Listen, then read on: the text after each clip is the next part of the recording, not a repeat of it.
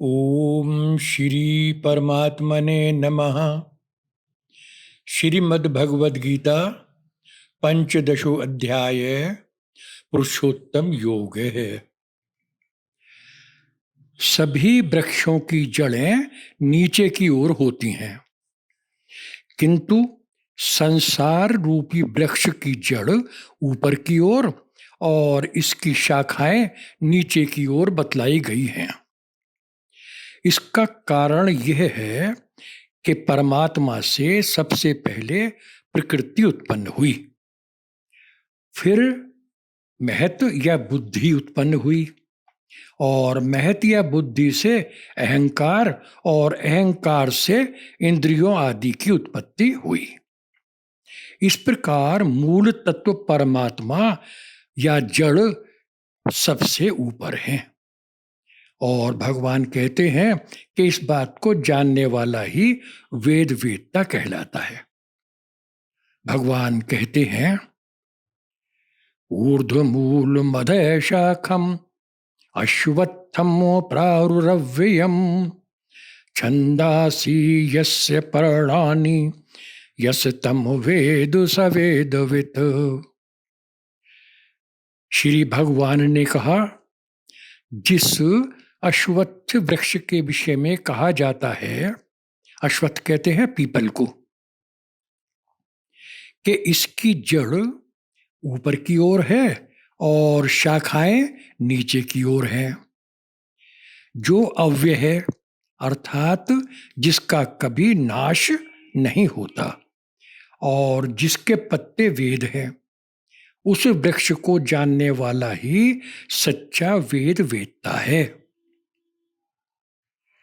और अधस्य चोर्ध्वम प्रसृता से तस्य शाखा गुण प्रवृद्धा विषय प्रवाला अधश्च मूलानि अनुसन्तितानि कर्मानुबन्धीनि मनुष्यलोके न रूपमस्येह तथोपलभ्यते नान्तो न चादिर्न च समप्रतिष्ठा अश्वत्थमेनं सुविरूढमूलम् असङ्गशस्त्रेण दृढेन छित्त्वा ततः पदं तत्परमार्गितव्यं यस्मिन् गता न निवर्तन्ति भूयः तमेव चाद्यं पुरुषं प्रपद्ये यतः प्रवृत्तिः प्रसृता पुराणे। उस वृक्ष की शाखाएं नीचे और ऊपर दोनों ओर फैली हुई हैं।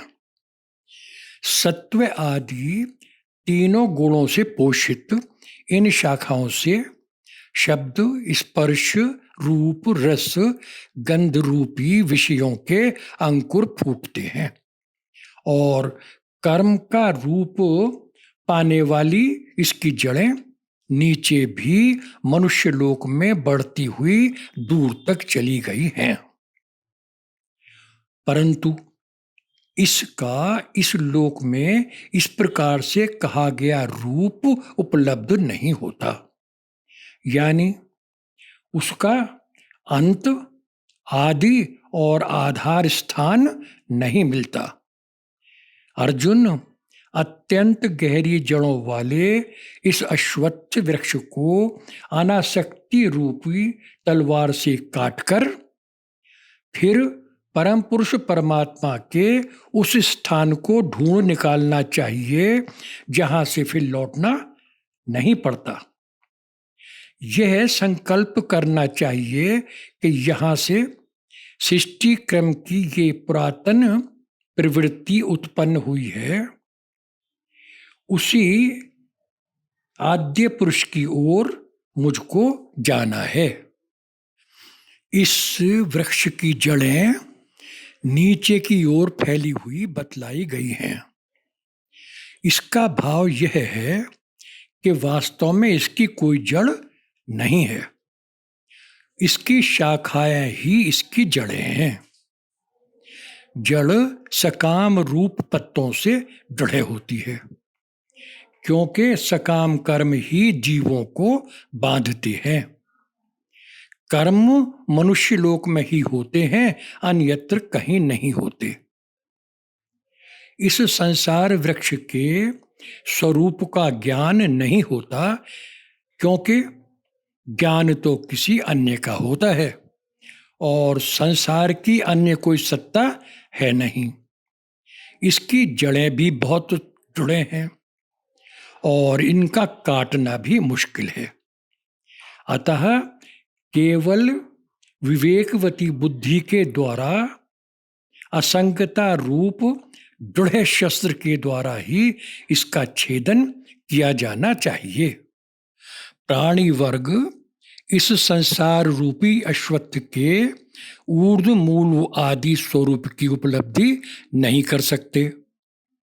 इसके अंत की भी उपलब्धि नहीं होती, क्यों कि संसार असीम है।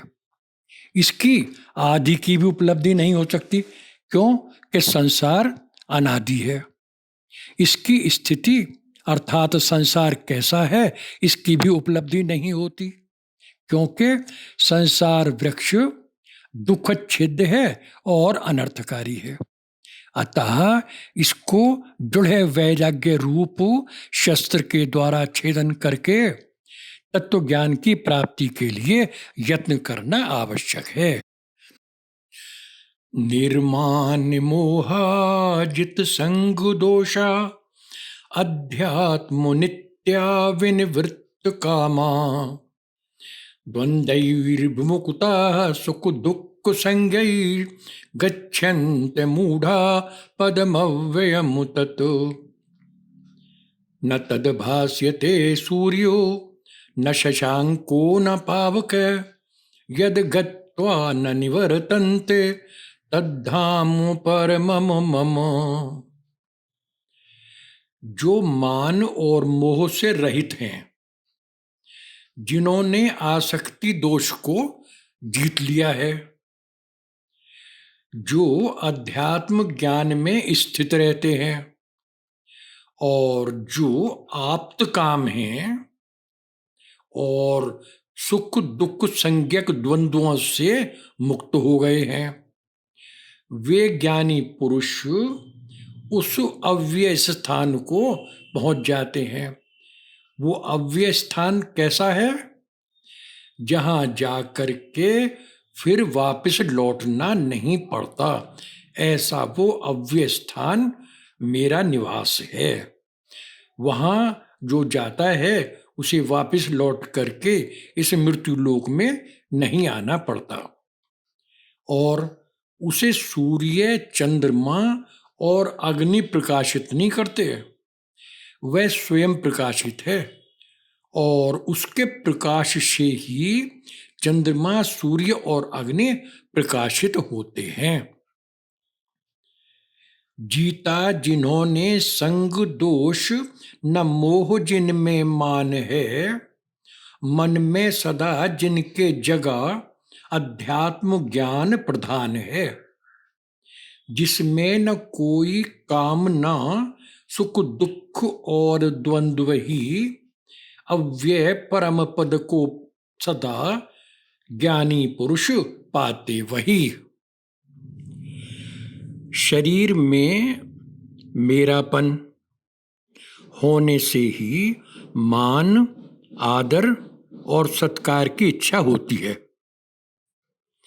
शरीर से अपना संबंध मान लेने से ही मनुष्य शरीर के मान आदर को भूल से स्वयं का मान आदर मान बैठता है और फंस जाता है।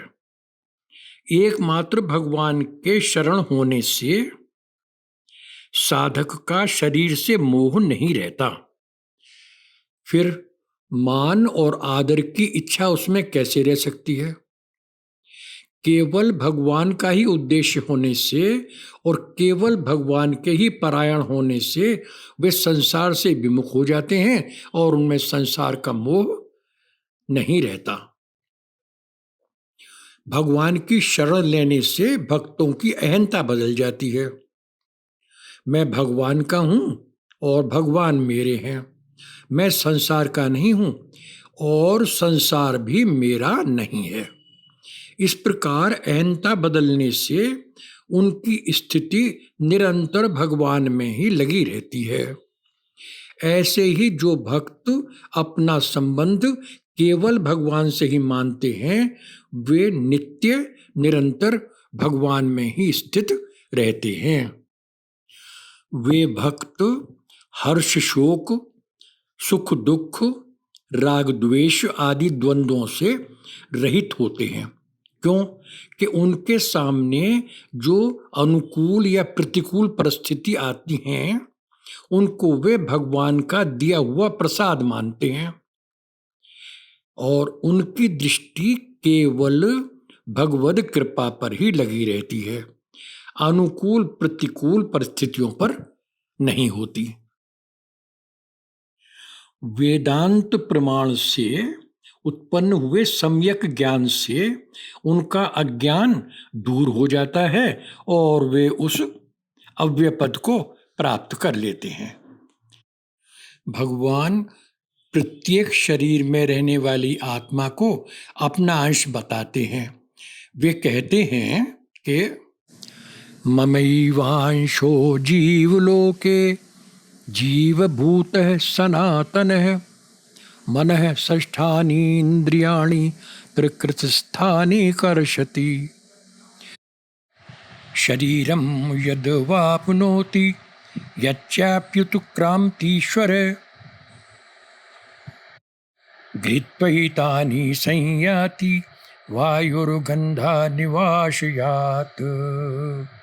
कि इस संसार में मेरा ही सनातन जीव होकर प्रकृति में रहने वाली मन सहित 6 अर्थात मन और 5 सूक्ष्म इंद्रियों को अपनी ओर खींच लेता है।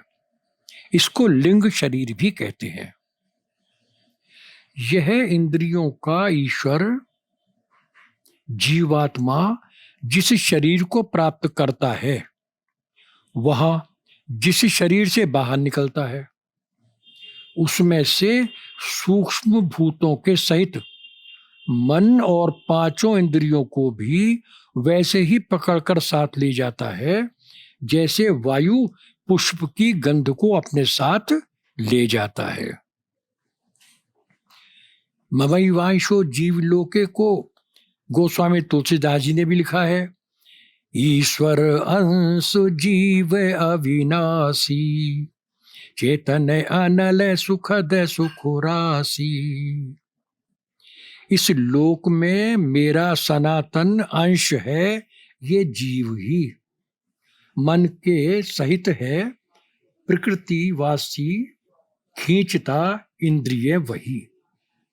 इस प्रकार से भगवान ने ये बतलाया है कि ये जीवात्मा या आत्मा इस शरीर में मेरा ही अंश है। श्रोत्रम चक्षुः स्पर्शनम च रसनम घ्राणमेव च अधिष्ठाय मनश्चायं विषयानुपसेवते उत्क्रामन्तं स्थितं वापि गुञ्जानं वा गुणान्वितं विमूढ़ा नानुपश्यन्ति पश्यन्ति ज्ञानचक्षुषे। कर्ण, नेत्र, त्वचा, जीभ, नाक और मन, इनमें रहकर ये जीव विषयों का उपभोग करता है। मन सहित 6 इंद्रियों श्रोत्र, चक्षु, त्वचा, रसना, घ्राण और मन को अधिष्ठान बनाकर अपने विषयों की रुचि के अनुकूल ये जीवात्मा उनका सेवन करता है, उपभोग करता है।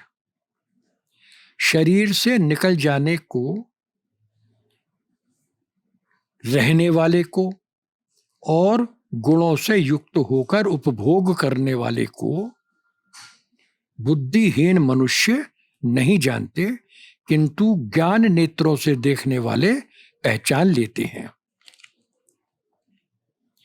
गुणों से युक्त इस जीवात्मा को शरीर से निकलकर जाते समय या गुणमय पदार्थों का उपभोग करते समय मूल लोग प्रकृति के परिणाम स्वरूप मनुष्य आदि स्वरूप से विलक्षण केवल ज्ञान स्वरूप में नहीं देखते, परंतु जो ज्ञान नेत्रों से युक्त है, प्रकृति और आत्मा को पृथक पृथक समझने वाले हैं, वे इसको सभी अवस्थाओं में प्रकृति से पृथक निर्लेप रूप में देखते हैं। यतन्तो योगिनश् चैनम पश्यन्त्यात्मन्यवस्थितम् यतन्तोऽप्यकृतात्मानो नैनं पश्यन्ते चेतसः यदादित्यगतं तेजो जगत् भास्यते अखिलं यत् चन्द्रमसि यच्चाग्नौ तत्तेजो विद्धि मामुकम्। इस प्रकार जो प्रयत्नशील हैं वे अपने में स्थित इस आत्मा को पहचानते हैं, परंतु वे अज्ञ लोग जिनकी आत्मा अथवा बुद्धि प्राकृत नहीं है, प्रयत्न करने पर भी उसे नहीं पहचान पाते।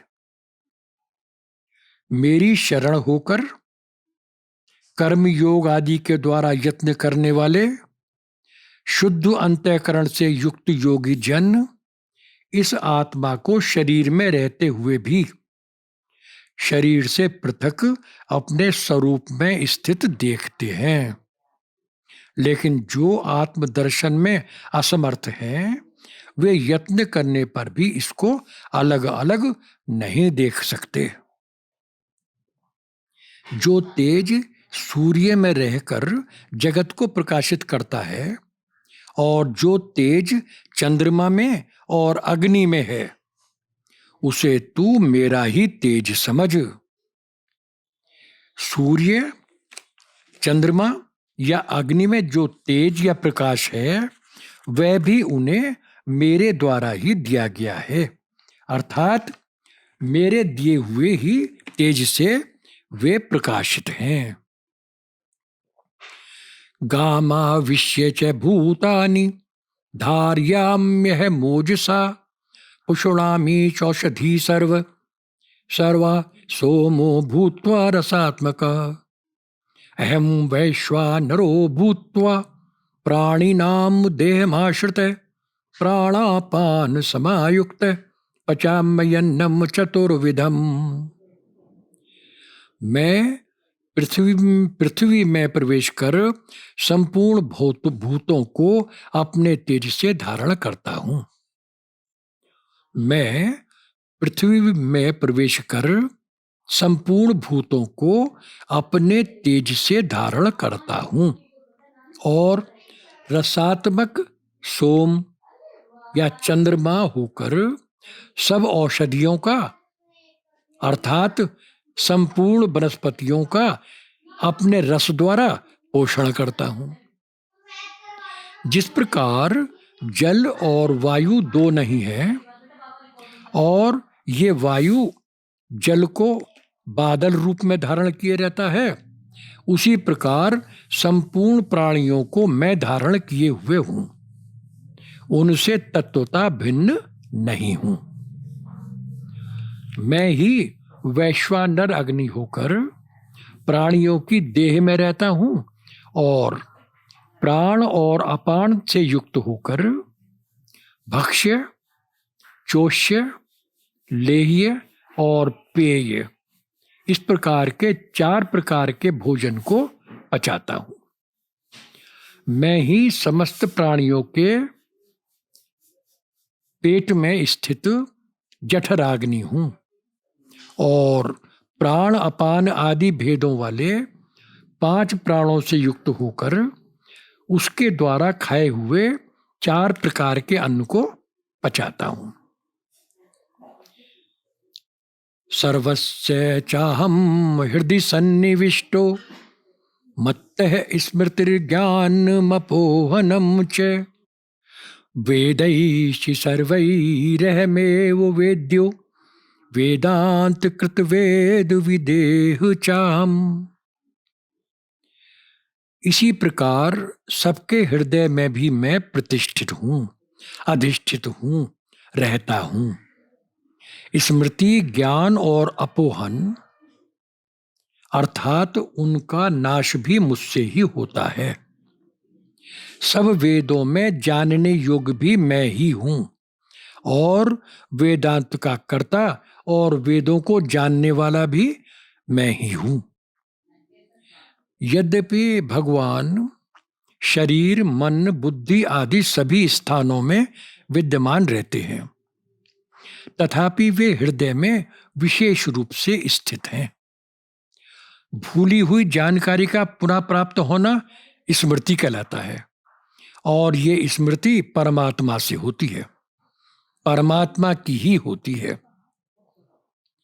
स्वयं होने वाली स्मृति में क्योंकि कर्ता का भाव नहीं होता, अतः वह जड़ता से संबंध तत्काल समाप्त करा देती है।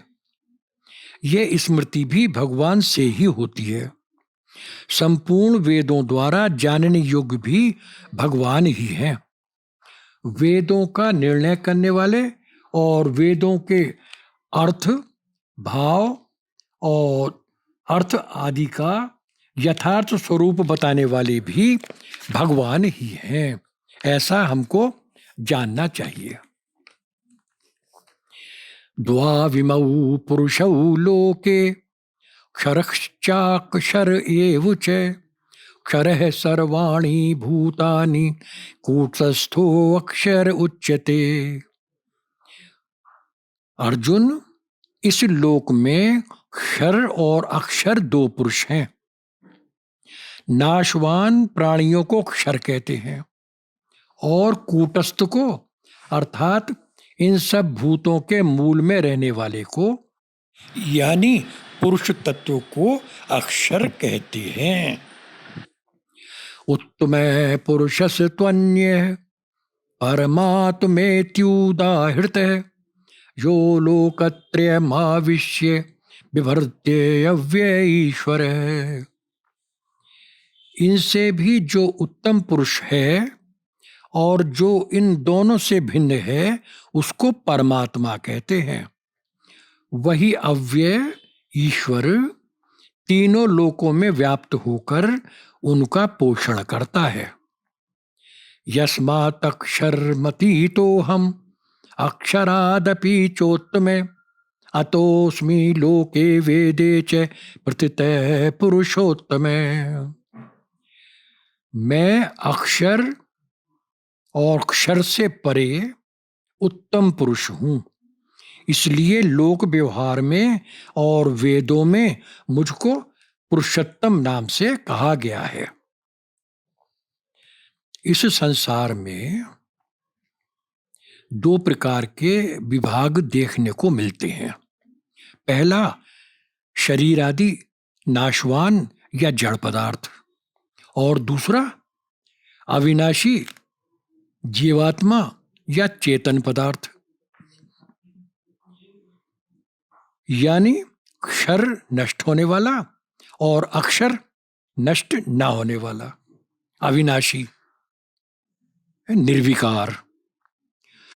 प्रकृति जड़ अचेतन या अक्षर है, अक्षर और पुरुष जीवात्मा या चेतन है। समस्त प्राणी नष्ट होने वाले या अक्षर है और आत्मा अक्षर है, नष्ट ना होने वाला है और कूटस्थ है। परंतु परमात्मा शब्द से जाना जाने वाला मैं इन क्षर और अक्षर दोनों से विलक्षण हूं और इन दोनों से उत्तम हूं और इन दोनों से ऊपर हूं। ये क्षर और अक्षर दोनों मेरी ही प्रकृतियां हैं।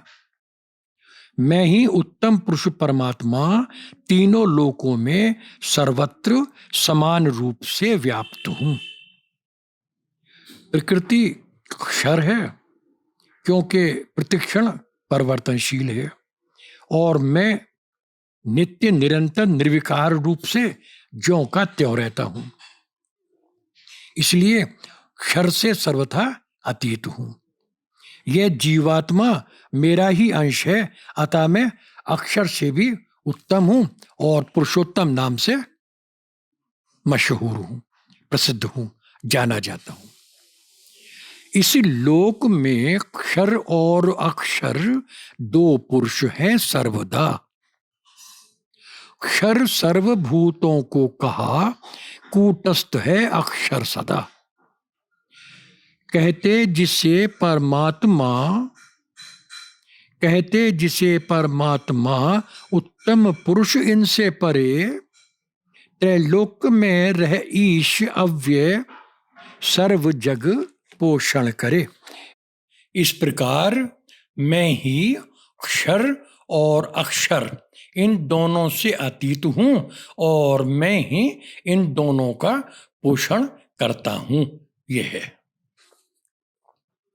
यो मामेव सम्मूढ़ो जानाति पुरुषोत्तमम् स सर्वविद भजति माम सर्वभावेनु भारत। भारत, इस प्रकार मोह रहित हुआ जो पुरुष मुझे पुरुषोत्तम समझता है, वह सर्वज्ञ होकर सब प्रकार से मुझे ही भजता है। इति गुह्यतमं शास्त्रम् इदम् उक्तं मया नघ, एतद् बुद्ध्वा बुद्धिमान् स्यात् कृतकृतश्च भारत। इति गुह्यतमं शास्त्रमिदम् उक्तं मया नघ। अर्जुन, ये जो अत्यंत रहस्यमय गुह्य शास्त्र मैंने तुझको बतलाया है, इसे जानकर मनुष्य बुद्धिमान, जानकार और कृतकृत्य हो जाता है। जिसकी मूलता ज्ञान द्वारा नष्ट हो गई है, वह मनुष्य भगवान को पुरुषोत्तम जानता है।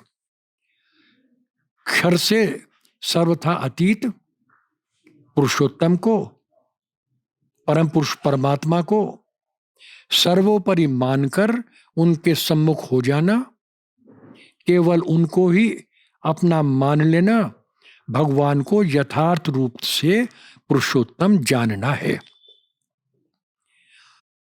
भगवान ने अंत में अर्जुन को ये विशेष बात बतलाई कि ये क्षर यानी दुनिया, संसार, और अक्षर यानी आत्मा, ये दोनों मैं हूं, ये दोनों मेरे ही भाग हैं और इन दोनों से ऊपर इनका स्वामी मैं हूं और कोई नहीं। को जो तत्व से जान लेता है, वह ज्ञानवान और ज्ञात ज्ञातव्य हो जाता है।